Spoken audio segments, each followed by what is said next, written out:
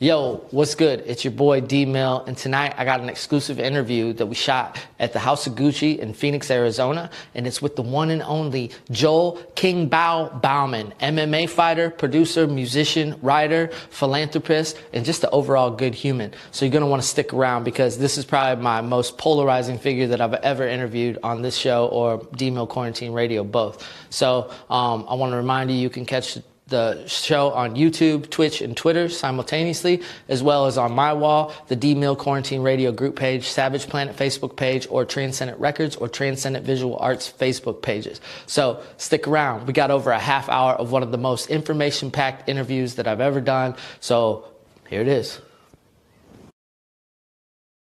Yo, what's good, y'all? It's D-Mill from D-Mill Quarantine Radio and Savage Planet. And I got a special interview coming to you live from the House of Gucci in Phoenix, Arizona. And I'm here with King Bao. No, we do not fuck kids.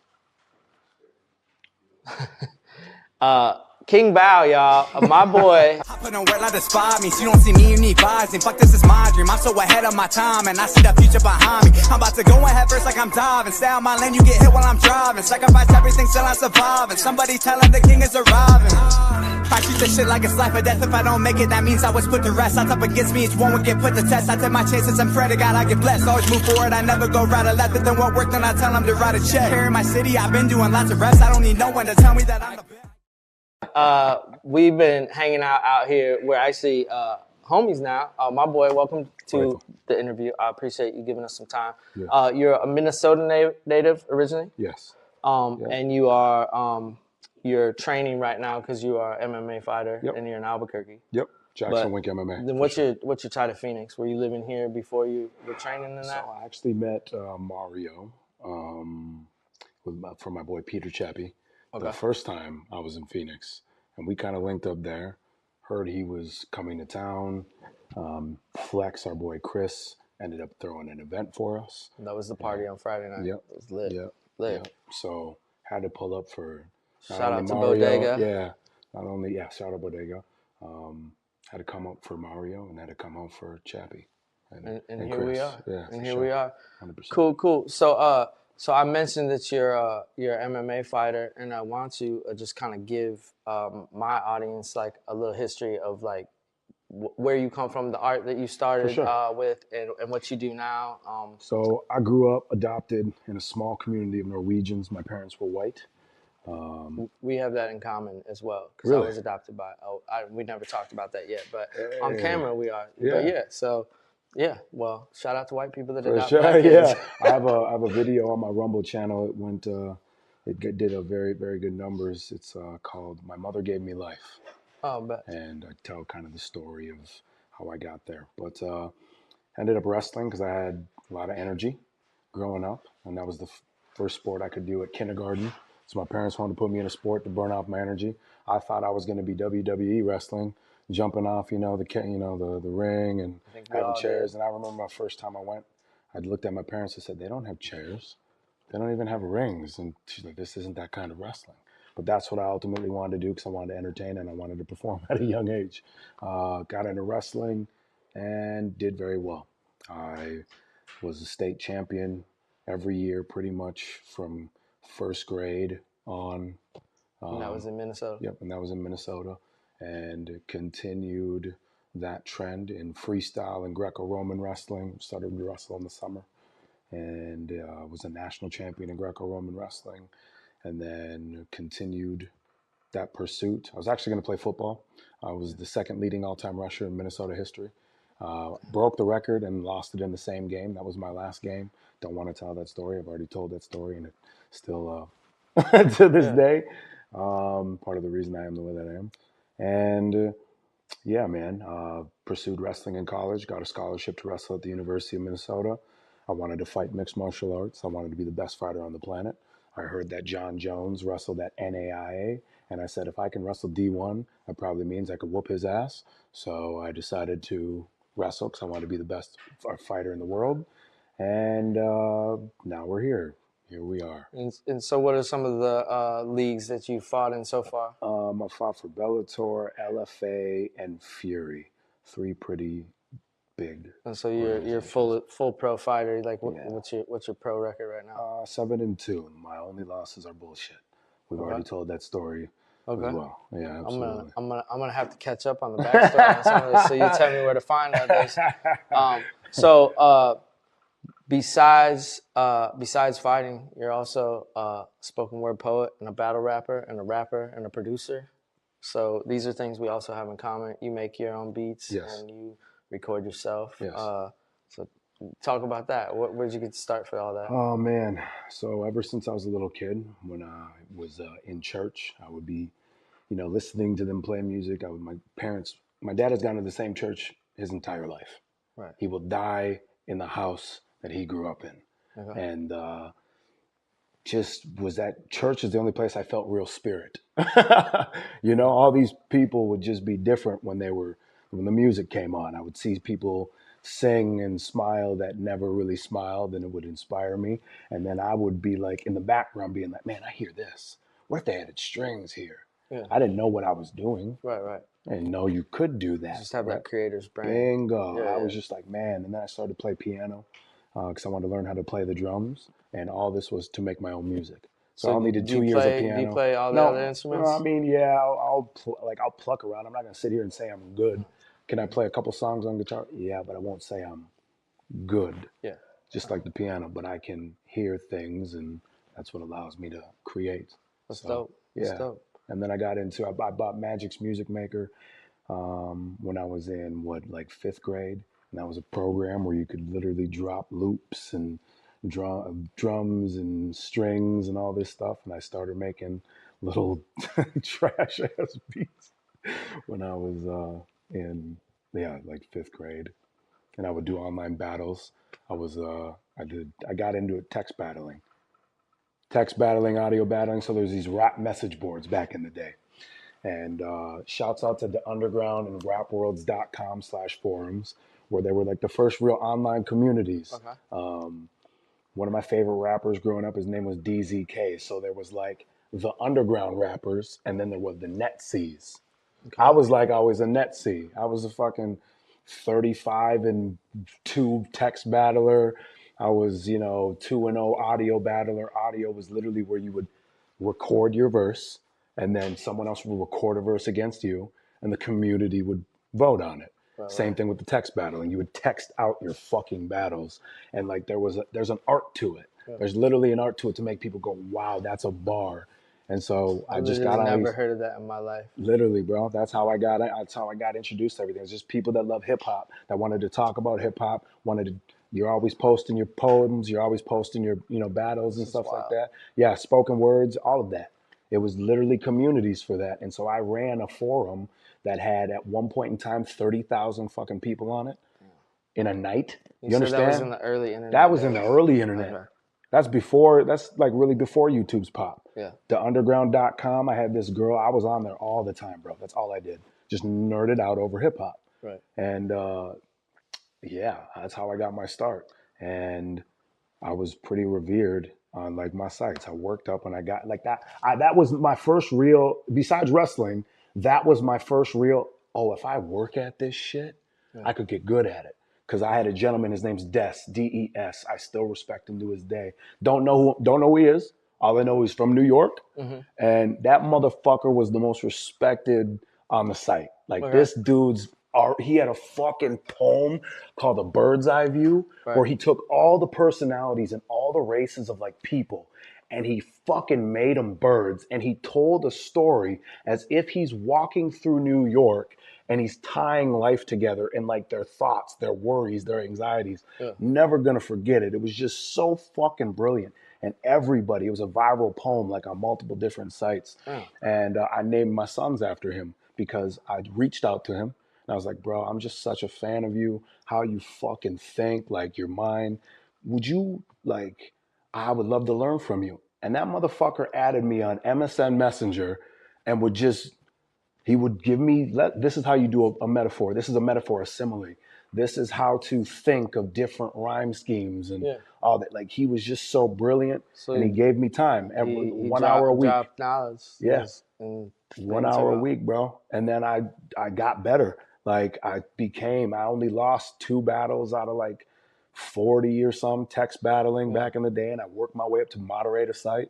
I'm still blown away. I never even knew that existed. That Bro, world, that was like, my passion. That's how I got into hip hop. We were all nerds about hip hop. okay. You understand? Like And so you're trying to set up a major battle in the battle rap, right? Are we allowed to talk about this? Are we allowed to talk about I this? mean, yeah, for sure. Oh, But I get this. he's This is hey, exclusive. bro, he's from my day.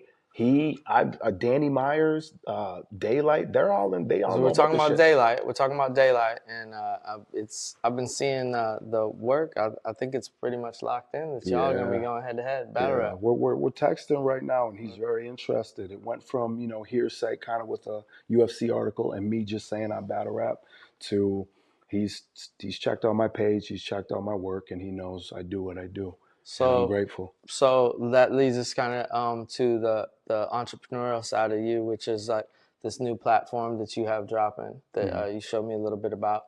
It's called Fight for You. Yeah. And I think that this is a good opportunity for you to kind of explain what that's about. Yeah. And, it's going to come in phases. So the first phase is the content marketplace. So a decentralized marketplace essentially for content creators to sell their performances or their content directly to their fans. So it's going to create ownership between the fans and the artist. It's going to allow artists to make a lot more money and be a lot more in control. And it's also going to allow people the opportunity to literally participate in their artist success. So it's going to be crazy. I'm so grateful. Right. So you're saying, like, if you're in the realm of, like, if you had a battle rap video, like, somebody would be able to purchase that NFT. Which everybody wants to flex nowadays, bro. Right. We got the nice things because we want to flex. We go see the artist because we want to flex. That's what people do. Right. So what better way to flex than to be like, hey, I own that person's song, and they can see it, and it's a part of your collection. Right. It's not a Spotify playlist anymore, bro. Right. It's a literally, hey, that person owns it. Now you can actually make a community around art and collections. It's going to be different. It's going to be way different. Right. And so there's actually something physical to go along with owning that NFT. Bingo. So now that you could add utility, you're going to be able to add utility to the NFT, whether that's, hey, I'm about to do, this show here, you get a backstage pass. Right, you said like you buy an album or something, or buy an NFT for the album, and it comes with 5 lifetime backstage passes to this artist. Yep. Come on. Okay. Bingo. Absolutely. All right. So unfortunately for some of the viewers, this is the point when this interview is going to take a little bit of a turn, because I'm sure it's like you and me get along very well. People are enjoying the show up until this point. So hopefully we can drop some knowledge on them. But you are kind of known for all those things that we just talked about, but you're also known as just a viral kind of fucking wingnut sensation that's gone like fucking at these people's head in different industries.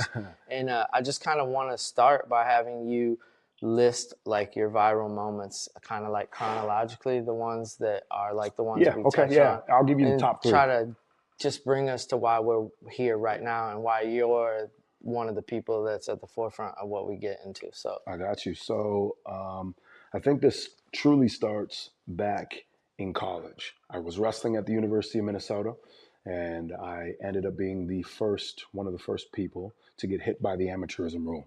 So in the NCAA, back when I was in it, I was going to graduate. If I would have stayed in college, I would have graduated in 2014. So in 2012, I went viral because I had put a song up on the internet. Mm-hmm. And that song that I put up on the internet to sell on iTunes was under my name, Joel Bauman. The NCAA, when you sign with them, they own your likeness, just like a record label. Mm-hmm. They own your likeness. They own your entity. You can't make money with your name unless it's through the NCAA. Right. And the NCAA can only essentially make money off your name. So they took away my eligibility, didn't allow me to perform. That ended up hitting the New York Times, The Daily Show with Jon Stewart, ESPN. That was my first viral moment back in, 2012, 2013. And it was me vying for my ability to make money off my name. Fast forward the most recent ones, and why is that important? Because Fight for You, it's where the model of Fight for You became, and I don't want to suck dick in the industry. I'm not, you know, You're talking understand? about in the MMA industry? All of them. All of them. All of them. I don't give a fuck which one it is. In fighting, it's the same thing, but Right. it is in music. You're owned by one entity. They tell you how much you're worth. They tell you when you can do something. Fuck that. Let's Agreed. put people back in control. Yeah. That's the point. So then my second viral moment was after one of my fights. I knew a fight that I was going to have wasn't really going to give me a lot of, shall we say, street cred. It wasn't going to give me a lot of credibility because the gentleman had a losing record, and I am a tough fight that nobody wants to fight, but he was a man enough to take the fight. You understand? So it was going to, you know, it is what it is. I honor that man. Reese is incredible. No one should dishonor Reese.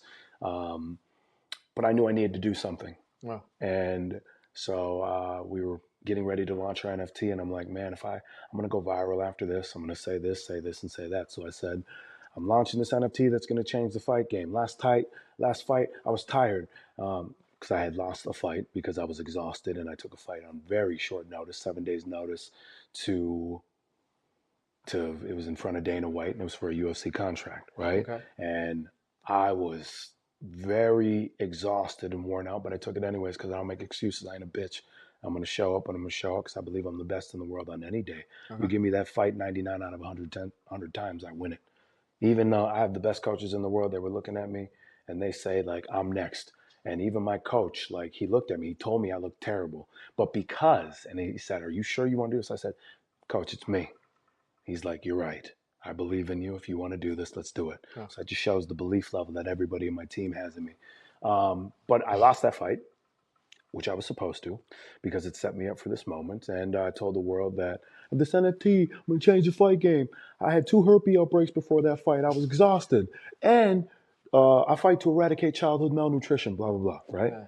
So, of course, I know that the mainstream media is going to take that. Because you said you had a herpes Bingo. outbreak. The fucking herpes low outbreak in the vibrational, middle of it. stupid motherfuckers, bro. People are easy to manipulate nowadays. It's Right. sad.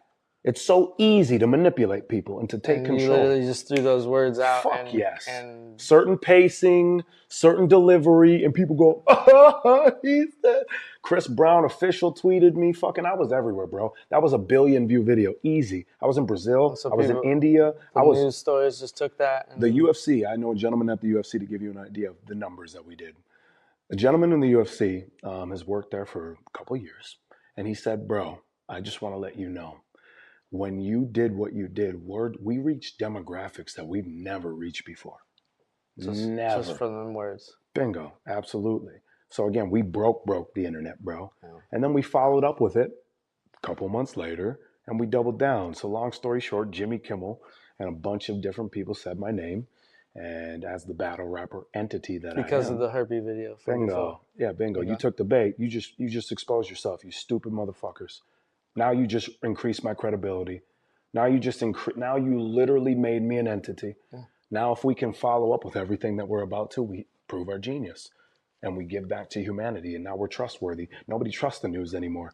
That's why we're getting all their fans. We're getting all the old fans to come over and say, oh, he's not about bullshit. So the second time I went viral, that in like 3 months, it said Jimmy Kimmel and Hollywood and the mainstream media and all you motherfuckers are pedophiles until they essentially release Ghislaine. To me, you're all pedophiles. Some it's an opinion. other people as well. Yeah, so it's an opinion, you know. Everybody says, aren't they going to come after you? I said an opinion, bro. It's my opinion. Until the Ghislaine Maxwell's client list is released, you're all pedophiles to me. Eat dick. What are we talking about? How could she go to jail and nobody got convicted yet? What the fuck are we talking about? You haven't really even heard anything about it. Like, it's dumb as fuck. People are stupid. We need to be asking questions. I am not going to allow people to rule over me who might be doing dirty shit. We don't know who's fucking dealing with Epstein. What are we talking about? You want to know I don't fuck with Hollywood? Because I don't know any of those motherfuckers, but I hear what they do. I don't need them. I'm just going to chill with. We got a gentleman here who makes beats. What's your name, sir? E. Freezy makes a beat a day. Right, bro, that's my shit. You know, he gets it. I can hear it in his fucking music. Right. Why the fuck would we, as talented as we are, need to be around people potentially doing dirty shit? Fuck you. If I can't trust you with potentially my child, why the fuck would I want to make money with you? But everything is about money nowadays. So, yeah, we took the opportunity to call all these people out. It blew us up, and now we're here, and we're going to change everything. Fuck these And so from motherfuckers. that, you had the Jimmy Kimmel Challenge. Yep, where we called out Jimmy every single day until he wanted to respond. And then I said that he would respond in 46 days. I Babe Ruthed it, literally freestyled. And for 46 days, I freestyled some of the most fucking entertaining content people weren't used to seeing. We were making, making beats, you know what I mean? Making songs and just freestyling. And literally. then you showed up at the theater. And then I showed up on day 46 and we made the official recap, which is pinned at the top of my profile. And people loved it. People are loving it to this day. We just hit 8 million views. Shadow Band is a bitch on TikTok. Yeah, that's what I want to talk about. So you had all these pages with all these followers, and like how many times you've been kicked off of sites? And All of them. I had 54,000 followers on TikTok as I was going viral. Easily on my way to my first so like to me, multi-million view. that's fucked up. That the message you're trying to get is about protecting people, but yet they're coming after you for Why? You know, like, so if you pay attention to what's going on with the Balenciaga stuff right now, it's like, why are people trying to hide that info? Why are they trying to stop people like you or me from and putting that message out? That's what's really scary to me. Because they tell you what they're doing. That's the point. They're showing you clearly what they're doing now, and you still have people not jumping on that side and being against it. If you put artificial flavors and sweeteners and sugars and bullshit on the label, and the information is out there, but people are just too ignorant to the information or they don't take the time to know what the fuck they're doing. It's not on these people because they've already told you what's going to happen. Yeah. In religious terms, in some people's religion, Satanists, that's what they believe in. If I show you what I'm doing and I tell you what I'm doing, Andrew Tate did a video on this, and it's about karmic retribution and Satanists. If I tell you what I'm doing and then you partake in it, if I say that this is terrible for you, I'm looking at you. Some people still smoke cigarettes to this day. Absolutely. You know it's fucking garbage. Some people are still doing coke today, all the while knowing there might be fentanyl in it. How many fentanyl overdoses have we fucking had this year? How many rappers have we lost to fentanyl? You understand? Agreed. They know that this shit is bad for them. But if you tell a motherfucker about a nootropic, what's a nootropic? It's a fucking, it essentially is herbs and just natural ingredients that help the brain fire faster. Why not do this instead? Why not promote health? Why not promote things that are good for the body? Do you feel like some of that information, I feel like it's suppressed. Bingo, like, absolutely. On social media, like they don't want some of that info to get out. They Why? Because a girl's ass is more important, bro. A girl's ass is more. You see how many women are dominating social media right now. Yeah. They are dominating social media because men's consciousness is fucking brittle and weak. And we have a bunch of people that are insecure and don't know their own fucking worth and aren't working to become better. And they want instantaneous gratification. I get a little dopamine hit when I see that fat ass. But it's always this. It's always this. That's why none of it can satisfy you. That's the trap. They want you to drink as much as you can, smoke as much as you can, eat as much bullshit, garbage as you can, because then you'll get chemically addicted to that chemical garbage, and now you're in the trap, just like you said about your dad earlier. Yeah. I have people that I know that won't change their behaviors even though they know what's bad is bad. Every year you hear people say, yeah, I'm going to lose weight. I'm starting my workout plan in January. It's the end of the year. So I just want to, everybody knows what to do. Everybody knows what's bullshit. It's just they might be, 1, addicted to it, 2, programmed to go for that. Think about all the advertisements and the commercials. Think about the pharmaceutical company. We talk about karmic retribution. If you don't think that these people might be potentially not necessarily good people, they can sit here and say, this drug will give you this side effect and this side effect and this side effect. And if you have this, then this is what's going to happen. And bingo. Yeah, it keeps going. Yeah. The side effects is always like, what? And they can tell it to you, but people will like still when put I it hear in their that body. on them commercials at the end, instantly my brain goes to like, wait, what? Dizziness, fatigue, might pass out, don't drive. Like what? dry mouth, Bingo. vomiting, diarrhea. Bingo, bro. You want to live like that? Hey, let me show you how to not do that. See, that's the thing. My goal is to give information to people that can give back to consciousness. That's why I fight to eradicate malnutrition. Right. That's why my company and their mission to save and eradicate. You've never heard of Ace Manning before. Why haven't you heard of Ace Manning? You want to know why you haven't heard of Ace Manning? Because of what we're talking about. It's suppressed. Everybody should know what that is. But if you've never heard of what Ace Manning is, it's the world's most naturally researched molecule on the fucking planet that has over 100 peer-reviewed studies to show what it does in the human body and its turn on the immune system like nothing else. Okay. And it comes from the aloe vera plant. We have everything that we need on the planet to do everything that we do. That's why we do food technology, because the body knows what to do with it. The body doesn't know chemical. It knows natural. What do they want to sell you? Chemical. They're trying to take away fucking network marketing companies and like natural derived products. I mean, even something as simple as milk is not meant for human consumption. But you think the milk industry was going to let that not happen during the time that they were putting in all the public school system? Remember when you were a kid? Everybody had milk and went through. Absolutely. It's like, But yeah, so they push drugs to our people, my friend. You don't think that they're more sinister to push something else? Absolutely. They push fucking crack into the hoods. You don't think that they're gonna fucking poison all of the fucking world? Are you kidding me? I'm with it. Outrageous. And I think that's one of the things is I knew that I didn't need much convincing because I think about these things on a daily. These are the things that I think about, like, trying to solve and trying to help and make better. Nipsey was going to do a video on Dr. Sebi. Dr. Semi preaches low inflammation, no mucus. Low inflammation, no mucus, no disease, no shit. It's common knowledge, bro. It's been common knowledge. How long ago was Dr. Sebi? But now we still don't have motherfuckers that have this information or partaking in bullshit that causes inflammation. Joel, you eat healthy. No, I just eat foods that don't fucking cause inflammation in my body because I know that's the root cause of every bad disease and every bad thing that happens in your body. Yeah, absolutely, man. That's it, man. You got a fight that you're in the middle of training for right now, so you've got to get on the road. So again, I do appreciate you taking the time to sit here with us. So I appreciate that. But I want to kind of just talk about the next fight. What is it? Who's it against? What you got coming up? So I don't know if it's going to be a fight, but it's definitely going to be a fight. And I'm going to do a lot of ass kicking.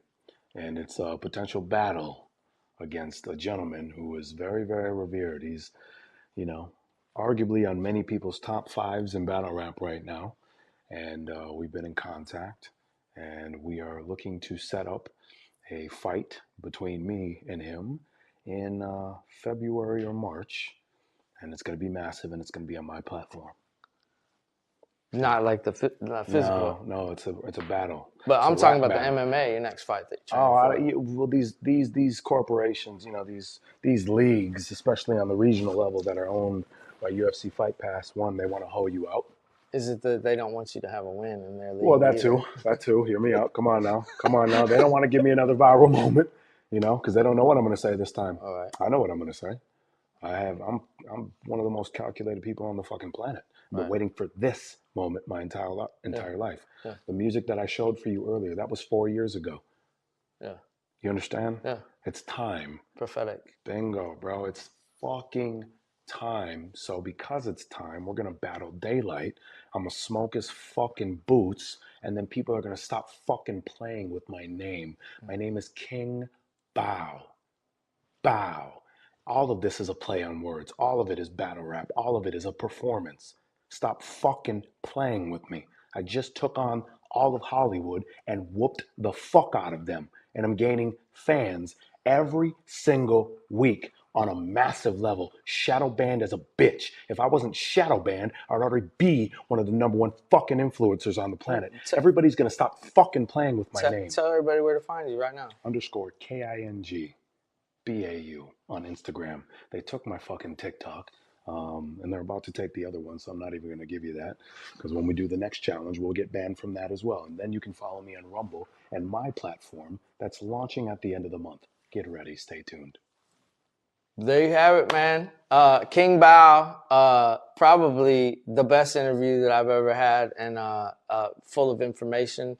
and you can take it and you can learn from it, or you can just think that we're a couple of crazy conspiracists sitting up here. But I would advise you to listen to what we're saying, because there is whole truth in most of the stuff that we're talking about here. So, but I do appreciate you sliding through. I'm going to let you get on the road, back to Albuquerque, Absolutely. back to train. Come on now. I appreciate you coming through. It's D-Mill, Savage Planet, and D-Mill Quarantine Radio. Yo, you already know where to find me.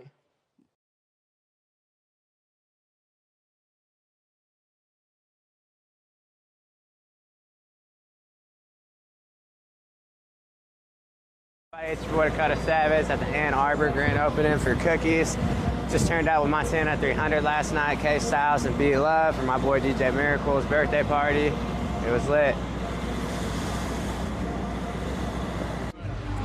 Hey, what's going on, everybody? It's your boy Dakota Savage. We're at Stadium Nights, Montana 300, K-Styles, Be Love. Dab Inc. is out here. I'm really excited about this because I was watching DJ Miracle's interview with you guys on the radio station. Okay. No lie, me and my guys at work, we've been watching that on our lunch break. You know, a lot of us are dads. So, you know, I just find it amazing, man. It's like, what started all this for you guys? Man, just wanted to figure out what the bad guys in our town, you know what I mean? And just caught a few guys and just the ball got rolling, you know? Yeah, so in terms of like the legal side of things, have you guys ever gotten in trouble for anything? I mean, it's kind of hard because they're pedophiles, so who gives a fuck? But, you know, like, have you guys ever gotten any legal trouble for, you know, like setting up, meeting them and filming them, or try to get legal trouble, you know? It has happened we got like 180 catches. So dealing with 180 guys, I mean, we've been to jail we spent 2 nights in jail. Yeah. Many times the predator mostly gets in trouble, but a few times, you know what I mean, some cops, they don't have the best interest in mind or whatever. They just come and put us in jail or something like that with some dumb shit. Yeah. It has happened before, but not too often. Not too often. Yeah, because one thing I do appreciate about you guys have all the evidence, like right at the beginning of the video, all the text, you know, and everything leading up to it. So it looks like you guys do build a pretty like safe wall around that. Sure. So another question is, how the hell do you not beat the shit out of these guys like every time? Because I know you got to keep your composure, but I mean, it happens sometimes, man. Check that out on Patreon. But it happens sometimes, man. But at the end of the day, you said you got kids. I got kids. Man. I want to go home to my kids. You know, that's the number one mission. Like, we're dads against predators, so like we got to be home to be a dad. You know, so yeah. Well, congrats on the 170,000 subs, like 205 videos. You know, you guys are persistent with it. I like to see like more people getting involved. You know, I wish we had guys like you guys back where we live in the Peoria area. You know, for sure, man. We definitely gonna come out to Peoria and clean some shit up out there. I just got arrested. They had him on the video first. His video went viral, and then everybody was sharing it. And then they're like, "We gotta arrest this guy." Hell yeah! Also, so Peoria. That's what I'm saying. Yeah, Peoria. I just got arrested last week, and the kids got him meeting an 11-year-old. They got him on film first, and then once the video went viral, then the police arrested him. So it happens a lot like that. Yeah. The police they're proactive. That's good. Yeah. There's a lot in that area. Not everybody. A lot of police like to say is reactive. They wait till something happens or something. You know what I mean? So that's good. Yeah, it's too late. So that's good that Peoria's on their shit. That's what's up. Yeah. What all cities have you guys been to doing this? So you guys stay in one area? Been all California, Texas, Florida. Chicago. We got 30 catches in our hometown, and then we ran into a little bit of trouble with the police. They told us to stop because you were doing like a better job.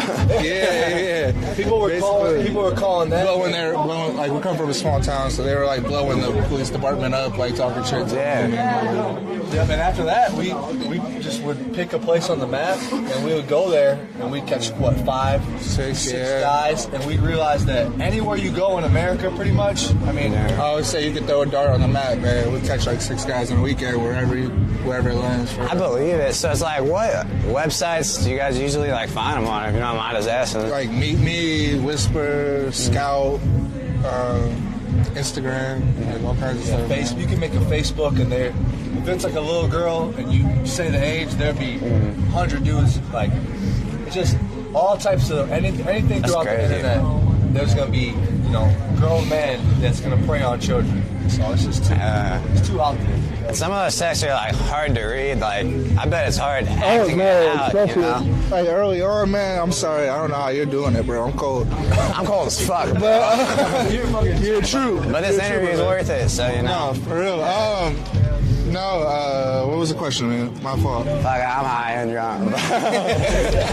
Read some of the text. Oh yeah. Early on, man, it was bad, but now I'm like kind of like a doctor to it, you know, like I ever see get so bad many dicks and pictures? I was buttholes gonna and say, shit that like at first I'd be like, now I'm just like whatever, you know, look at this is a weird looking dick, like shit like that, like So, I'm just so desensitized to it, you know. So like watching the videos, I know you guys like when you're approaching them, you gotta keep a low profile, like keep the camera down and stuff. Yeah. But I love it when you guys yell, you know, like whenever they try to run around, you're like, this man tried doing blah blah blah with a blah blah blah year old, and it's like, what are people's reactions around? Because sometimes the camera doesn't pick that up. But I imagine people in the store like the camera does not pick it up good enough because there's people that Josh has gone off catch a few times because someone's like, leave him alone. And so some people will get on him and be like, leave him alone.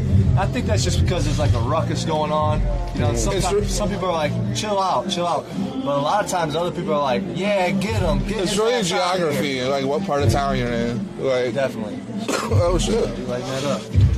Definitely mixed signals, but I would say 90% people are like, they can tell we're not joking around. It's not just like some shit. You can feel the energy, you know? Yeah. And that it's not like a joke. Man. You can tell when, like, a lot of times we catch a predator, we'll watch them walking into like the store or whatever, and we'll be like, all right, that's the predator right there, just because their body language is so like, they're scared and they're so on some weird shit. And so when we're yelling at them, a lot of times people are like, they can tell we're mad. Yeah. They can tell that guy's like on some scary shit. Most of the time they're scared because the people they attack are, you know, like usually innocent, you know, so you guys running up on them, you know, they're not. Exactly. They feel powerless, you know, so. Yeah, they do. They feel powerless. Sometimes they run. Sometimes they give it up. Sometimes they hold it in. All different types of reactions, really. And you guys don't let them slip either. I've actually, like, seen you guys, like, chase people with blocks before. We go deep.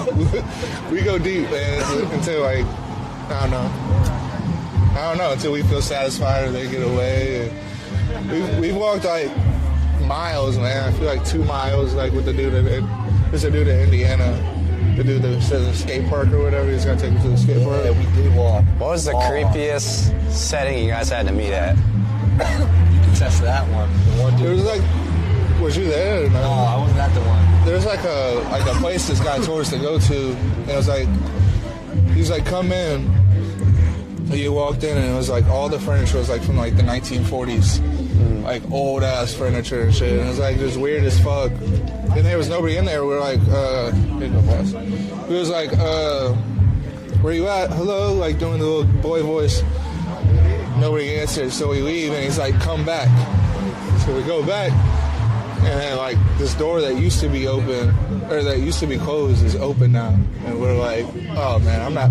Like it was like a hallway, so I'm like, I'm not about to just walk in this hallway and get like shot by a shotgun. Yeah, that's fucking creepy, man. That's why most of the time you see us in stores, because it's better in public. Yeah, safer too. You know? For sure. Because you also never know who you're gonna run into. Because sometimes the stuff's bigger than just pedophiles when it comes to the sex trafficking. Right? You know, you got some real dangerous people. We was catching in LA, man, and you could come across like the cartel. You know, you could come across a lot of like bad groups, bad people, other than just like one lonely ass pervert, you know what I mean? So you guys like keep protection on you when you guys are doing this stuff? I say you got to, because as much as we can, like according to the state, you know, I mean, like either we try to go to prison. Yeah, when did things first start taking off for the channel? Like when did 170,000 subs is a lot. Sure, Beth, we call this lady Beth in Iowa City. And we've had like at least like maybe a dozen videos on World Star now. But that was like the first like World Star video that took us from like local to like national. And now, like to be honest, we're like global. Like 80% of our audience is like United States, and then the other 20% is global. So like it might not sound like much, but it actually kind of like is. You know, you guys are just doing so much good. Obviously, you guys, the watches are gone up just because a lot of dads, you know, a lot of moms, a lot of families. Right. They love to see you guys doing it? It's kind of like when we first started doing this, we got a lot of people that don't like us or whatever. Like that's just natural, but we didn't. At least I didn't think that we was gonna have a lot of people that didn't like this. You know, I thought everybody hates like these kind of guys. You know. Most definitely. I had like back when I was young, I had to do some time because I did some messed up stuff. But there was a pedophile that got a salt allergy, so his name was on the tray. It's usually not on the trays. Yeah. Extra salt every day. Fuck that guy. So much shit wanting his food. And then lunch ladies would just be like, "Oh, yeah, that's cool," because he, you know, did something to like someone under 13. So yeah, definitely fuck with his food every day. But yeah, I wish people would do. I wish people would do more, man. I respect what you do, and I appreciate you guys doing this interview. Yeah, for sure, man. And you was doing your thing on the stage, my man. Come in here. Come in here. Come in here. Killing that shit, bro. Bro was killing it. You guys are out there rapping and shit. Yeah. Good shit, man. Hey, y'all both from Peoria? Yeah. Yeah, we definitely about to come on. I said when you guys slide out, man. We got a lot of slugs. Me, so you don't see me, you need vibes. And fuck, this is my dream. I'm so ahead of my time, and I see the future behind me. I'm about to go ahead first like I'm diving. Stay on my lane, you get hit while I'm driving. Sacrifice everything till I'm surviving. Somebody tell him the king is arriving. I treat this shit like it's life or death. If I don't make it, that means I was put to rest. Odds up against me, each one would get put to test. I take my chances and pray to God I get blessed. Always move forward, I never go right or left. But then what worked, then I tell them to write a check. Here in my city, I've been doing lots of reps. I don't need no one to tell me that I'm the best. See a lot of gimmicks, I don't see them rapping about the life they're living. Unoriginal, a bunch of mimics, trying to stop the goal, what's the sound different? I'm a real money making independent, while a lot of y'all government assistance. Like an OG, the way I handle business. Don't want to see who really go the distance. New routine, stack off spring, cause a B-day in the summer. Want my seed, keep it clean, probably leave it in a stomach. When it's saying up at Onyx, summer rain, all hundreds. I meant summer rain, Carl Thomas. I'm about to win, then do it again, just like a replay. Life been going good these days, if you want a verse, gotta prepay. Used to flip packs like eBay, always paranoid on the freeway. So every time that we pray, I thank God that we pay. I ain't trying to put the town on, make sure the whole city lit. Be the ones you did the most for, acting like you never did shit. Hold up, don't you do that shit on camera. She said you look like a scammer, I said do it really matter. Hey, shawty say I'm handsome, think she tryna hand some ass to me. Boss be eco-friendly, cause I do this shit so naturally. This was never random, every track I drop a masterpiece. If you hating on me, better get you a new strategy. Remember Jilla and the Celica, I seen him take 12 on chase. New dance, new moves, back, I'm gon' need my space. Hit a lick, then I'm ducked off at my bitch house. Her legit, tell me TikTok, me and Savage got shit ziplock. About to hit him with a heavy drop, who could fuck with us, not many. Can't wait to make it to the top, won't look back like a drop penny. Had to go and turn it up a notch, fuck your top 10, fuck your top 20. I know people always tryna plot, don't need new friends, I got plenty. Wait a minute, that ain't drip, don't be stupid. What? Nah, these ain't Pumas. Spend the night, you play too much, get this nut, call your Uber. Make no sense how dark my city get. We finna put them on when this come on, let's see who really lit. It's Cap and Savage. This music shit like high school.